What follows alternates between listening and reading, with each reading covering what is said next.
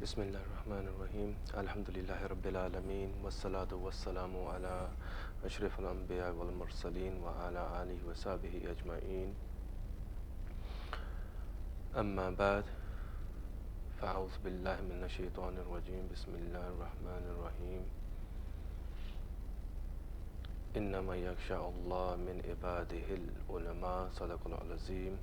All praises to Allah Azza wa Jal, the creator of heaven and earth and everything that exists in between, and may His everlasting peace and blessing be upon His greatest creation, our Master Sayyidina Muhammad sallallahu alaihi wasallam. Most of us know that in the hadith of Rasulullah sallallahu alaihi wasallam they've said, Al-ulama wa rasul anbiya, that the scholars are the inheritors of the Prophet ﷺ. But perhaps more importantly, in another hadith of the Rasulullah ﷺ, al-ilmu nuran, that knowledge is light. It is a spiritual light. It is a radiant light.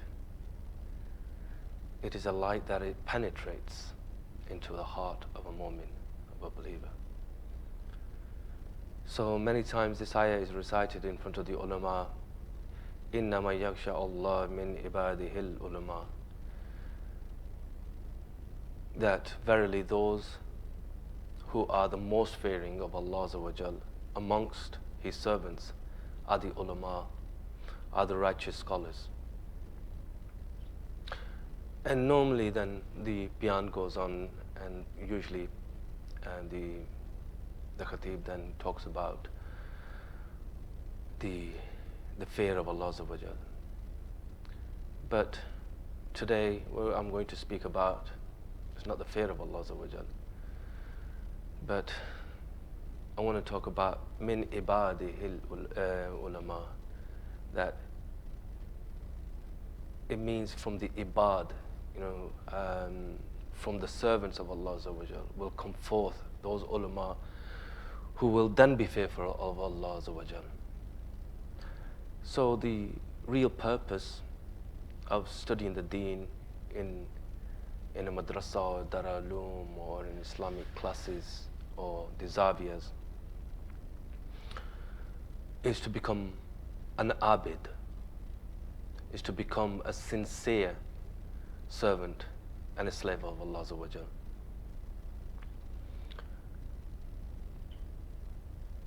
Al-ilmu billah amilan wa balun wal amilu billah ilmun dalalun, that knowledge without practice is wabal.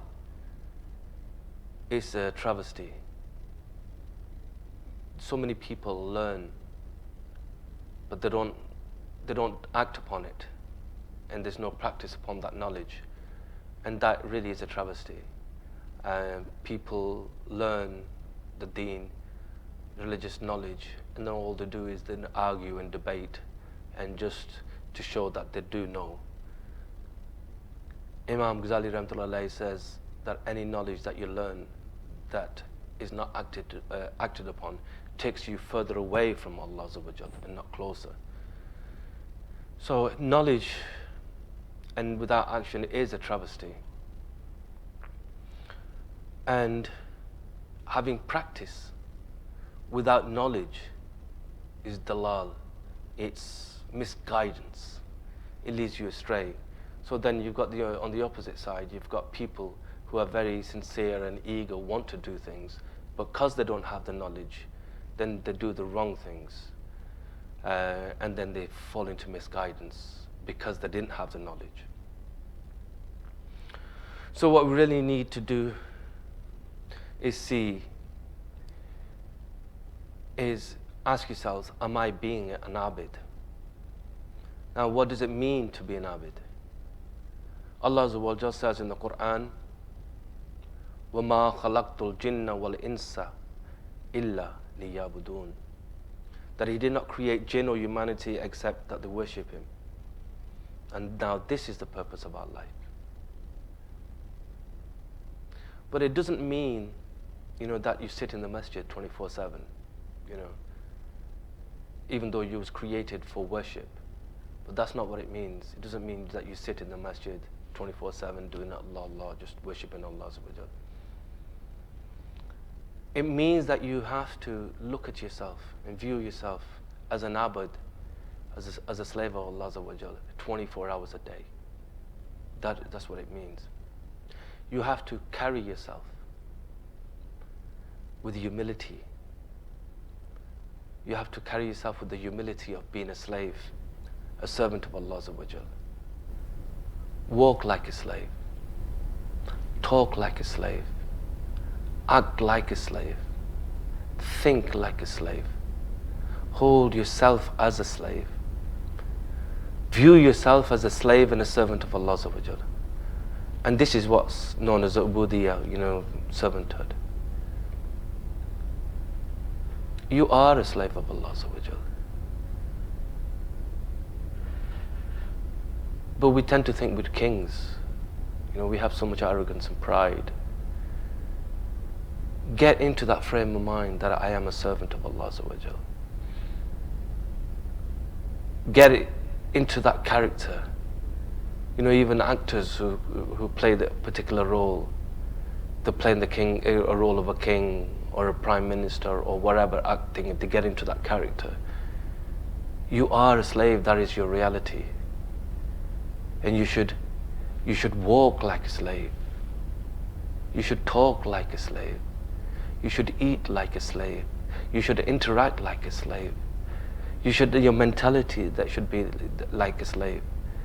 That's why you should walk humbly on the ground. A servant, we don't understand the word slave in the context anymore. But because we don't interact with it, there is not many slaves. But slave is totally devoted to his master.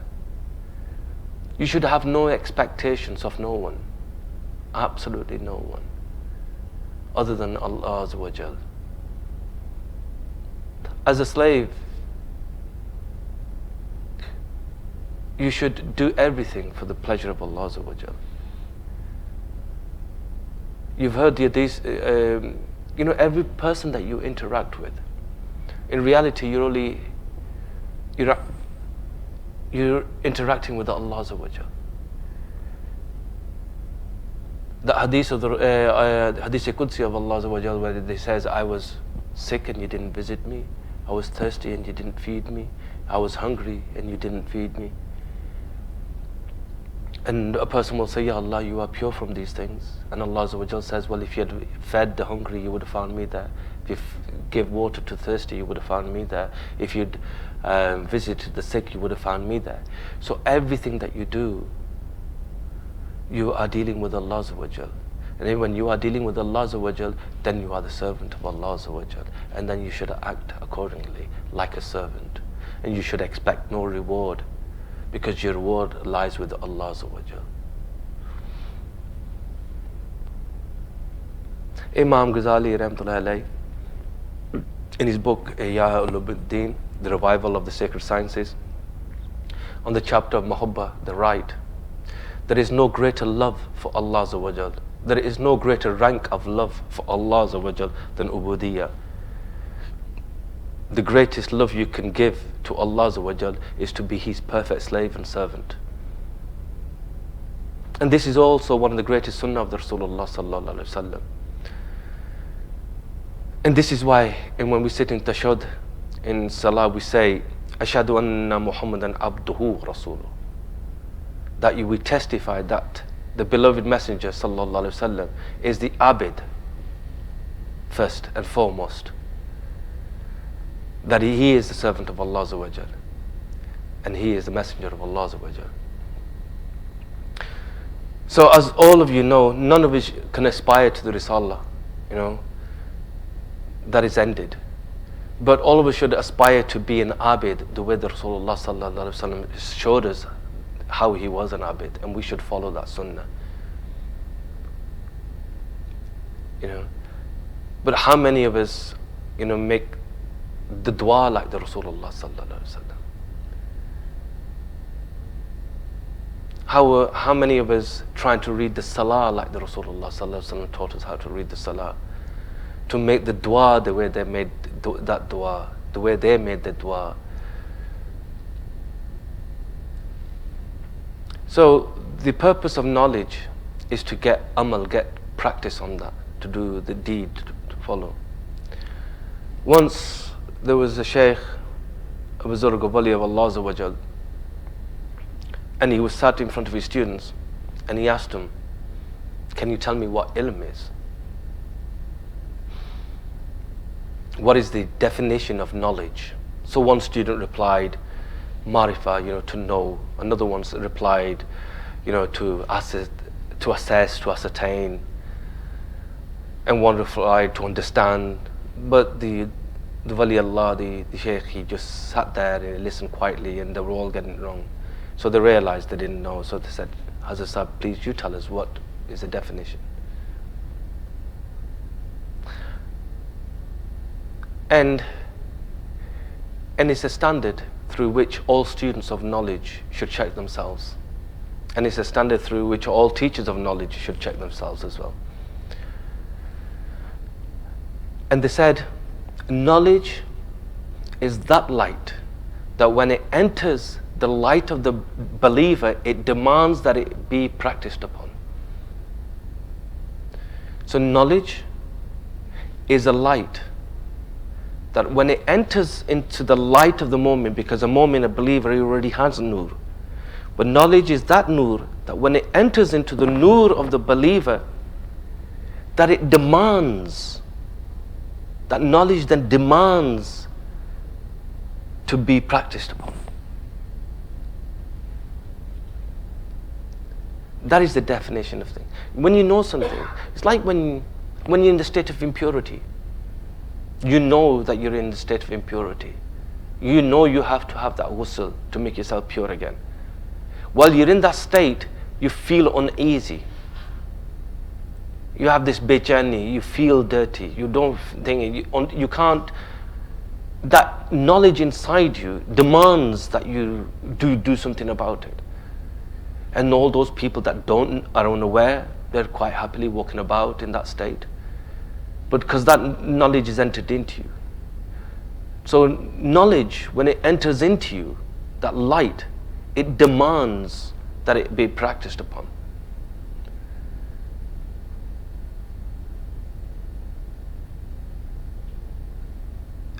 Allah Azza wa Jalla himself is nur. His Quran is nur. His knowledge is nur. When that knowledge then enters into you, that is a light. The words are just mere vehicles. And you should let that nur then settle into your heart. The Rasulullah sallallahu alaihi wasallam, Hazrat Aisha radiallahu anha says that they were the walking, talking Quran. Because the Rasulullah sallallahu alaihi wasallam's, the whole of the Quran was inside, or the whole light was inside their heart. That light had settled into them. And that's why they were a walking, talking Quran. Like as I was saying, books are just merely graves that contain the knowledge within them. And then that knowledge is extracted and brought alive by a heart that is alive. And it's only because it manifests itself in action. The awliya of Allah Azza wa Jal, they practice the knowledge that they have. Like the Rasulullah sallallahu alaihi wasallam was a walking, talking Quran, the awliya, they become the manifestation of the knowledge that they've learned. They put it into practice.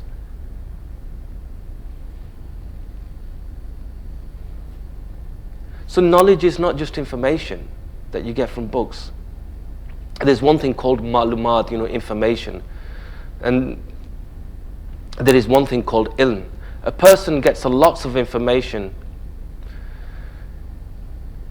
they get news, they get facts about fiqh and about different things, but ilm is that nur, that light, that when it enters in the heart of a believer, that it demands that you act upon it and practice it. So if you want to call yourselves saliks, talib ilm, the seekers of the truth, the seekers of knowledge, the seekers of that light, the seekers of that practice, the seekers of ubudiyah, the seekers of that servanthood or that slavehood, to be the servant of Allah Azza wa Jal. Intention is so important. Hazrat Sufyan al-Thawri rahimahullah said that if a seeker is sincere in his intention, there is nothing better than him on the face of the earth. That's why through the introductions, we say, intention is everything. So when you seek knowledge, according to Hazrat Sufyan al-Thawri, what they're saying is, there is nothing better on the earth than the intention of the seeker. There is nothing better on the entire earth than the intention of the seeker of ilm. So what should the intention of the seeker should be? It should be that he or she only wants to acquire knowledge solely for the sake and the pleasure of Allah Azza wa Jal. It is narrated by the Salihin that they used to approach knowledge, that they wanted to do amal on everything that they learnt, each and every verse of the Quran, so much so that it is narrated that they used to sit and ponder upon even the words like alif, la, mim, and think, how can we act upon that? They wanted to act upon every single letter of the Quran. And they used to ponder and think, these haruf al-mutaqat, how do we act upon these? Intention. There is how to get ikhlas, and there was a famous sultan by the name of Nizam al-Mulk. Although he was a political ruler, he had a lot of love for the ulama. He had a lot of love for the ilm ad-deen. So what he did was he made madrasas all over. He made darulooms and madrasas all over the area. And he called these madrasas Nizamiya madrasas, Nizamiya academies in Baghdad Sharif. And he had them all over Baghdad Sharif. So once somebody came to him and said, "Oh Nizam, you have made all these madrasas in darulooms because you think people are coming here to these madrasas to acquire the deen, and people are trying to please Allah Azza wa Jal." They said to him, just go to your madrasas and darulooms and zaviyas and just check these places out and see what the situation is with these students. If you go to one student, he says that, I'm here because my father's a big khatib. He's a big orator. He's a great orator. And I also want to come here so I can graduate, so I can become a great khatib like my father. And if you go to another student, he will say that I'm here because my father's a qazi. He's a judge. He has a big position in society. He has a big post. People respect him. He's honored. So I want to graduate so that I can also become a qazi. And people will call me a mufti. And if you go to another person, he will say something like, I'm here because my father's an imam in the masjid, Jamia Masjid. And everybody gives him presents and people respect him. People come to him asking him to make dua. So I'm here that I want to follow in my father's footsteps and become an imam. So Nizam al-Mulk, he heard these things and he said, no, I'll go and check these out for myself. So went to the madrasa, in one of them in Baghdad Sharif, and he asked one student, then he asked another student and another one. he went round and asked quite a few, that he found the person who was telling him these things, he was right. That every student he asked seemed to have some sort of riyā, some sort of show, some sort of ostentation, some vanity, some thinking how great they are instead of thanking Allah Azza wa Jal. So anyway, Nizam al-Mulk found that his students were full of all these things, so he made a niyat in his heart. He said, this is terrible. My whole plan has backfired upon me. I'm going to close all these madrasas down. So as he was walking away from the madrasa after making his niyyah, he saw one student sitting in the corner. And he saw that the student was reading. And Allah Azza wa Jal put something in his heart, and he thought to himself, let me go and ask this, this particular student as well. So he went up to him, and he said, oh student, why are you here? The student just looked him up and down and carried on reading. Just ignored him. He then asked him second time, oh student, why are you here? And the student looked up and him up and down like that, just carried on reading. And then he asked the third time. He said, oh student, don't you know who I am? I am the founder and the principal, the person who made these madrasas. Oh student, I am Nizam al-Mulk. I'm here asking you, why are you here? So he looked at him and he said, yes, I know who you are.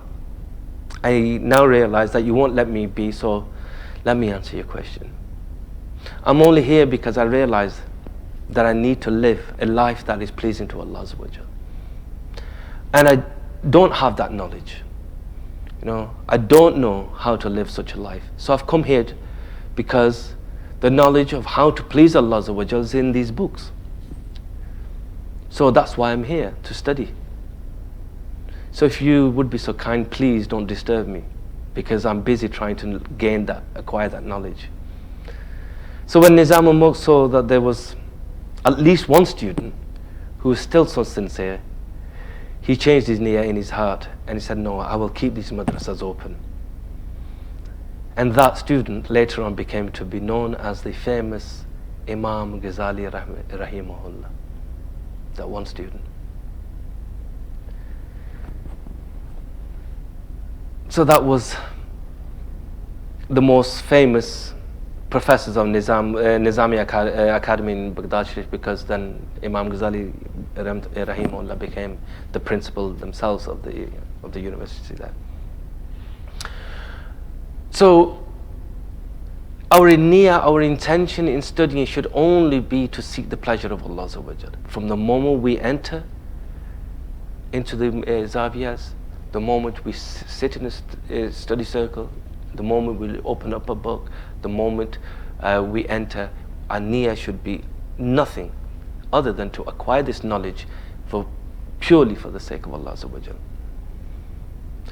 So there's three things. There's ilm, there's amal, and there's ikhlas. Ilm is the knowledge that is contained in these books. Alhamdulillah,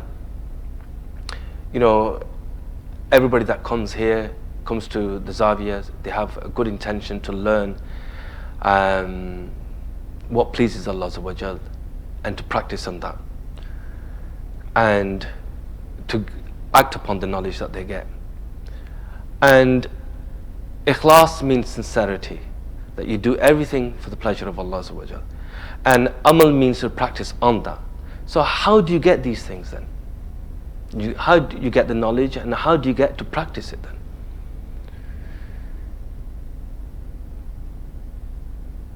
You see,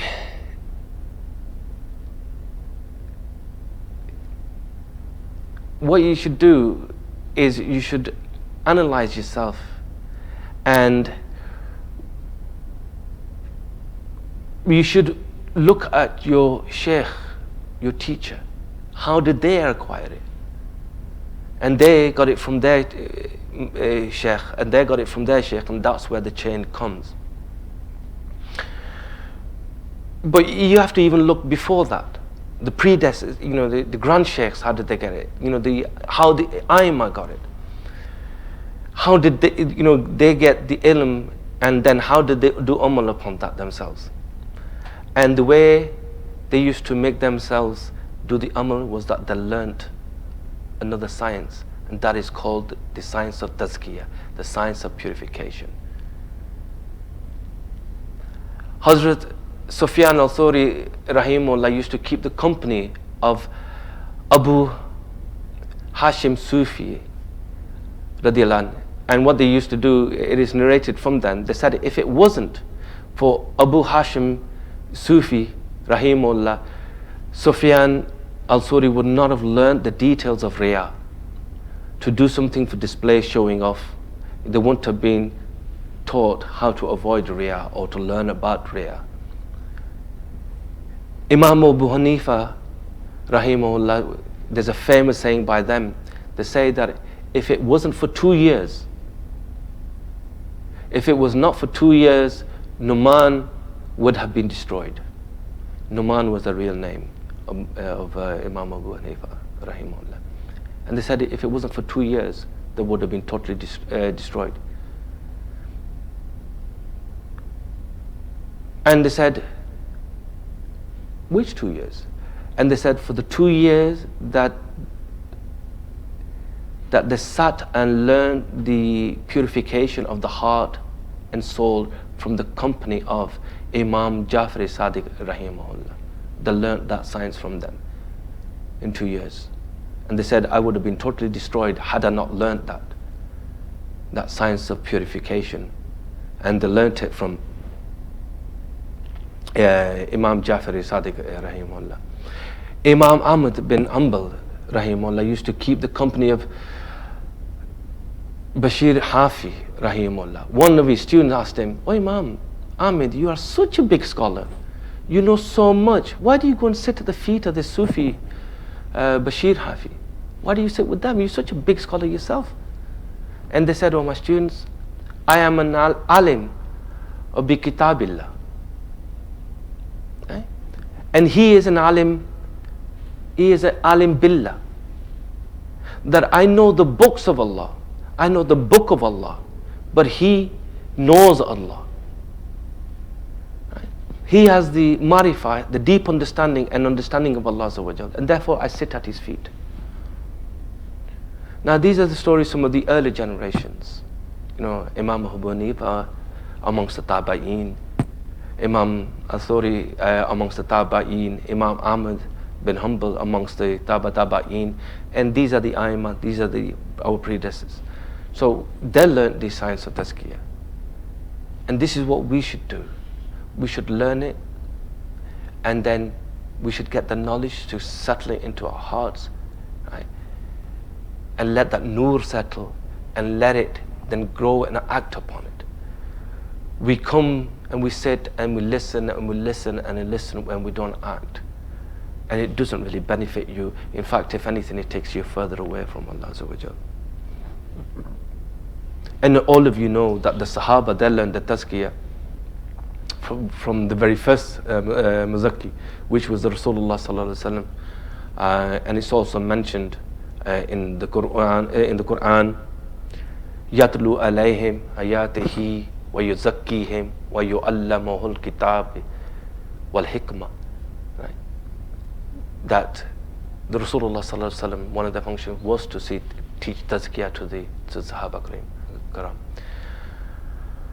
And the Rasulullah Sallallahu Alaihi Wasallam did tazkiyah of the Sahaba radiallahu anhum. So it's very important that when you come and you listen to the teacher, the mashayikh, you act upon whatever the advice they give you, and learn and follow that, and learn the science of purification and tazkiyah, and follow it, and let it manifest itself. And it only becomes alive when you practice it. If it's just buried in your hearts, it's knowledge just buried in books. I mean, if you look the thing here is, information per se, knowledge will not make you pious. It will not make you pious. It would think you can laden a donkey with books, just make it knowledgeable. In the same way, all the knowledge, all the nur, it settles in your heart and not your mind. because in your mind it's only information. If you look at some of the great scholars of Islam, they are not Muslims, yet but they compile huge books on Islam. But that's because they have the knowledge, information only, but they don't have the nur and the light that would compel them to act upon it and believe in it. So even though people, just because you know the information about Islam, about the deen, it won't make you act upon it unless you let the nur of that light settle into you. That's why you have so many people that are still non-Muslims, even though they know so much. Well, thank you for coming. May Allah Azza wa Jal bless you for coming in this world and the hereafter. If I've said anything that's settled or inspired you in any way, that is from Allah Azza wa Jal. And if I've made any mistakes, which I know I always do, and they are from me, so please forgive me. Wa ma alayna illa al-balagh. Jazakallah khair. May Allah bless you. سبحانك اللهم وبحمدك نشهد أن لا إله إلا أنت نستغفرك ونتوب إليك. بسم الله.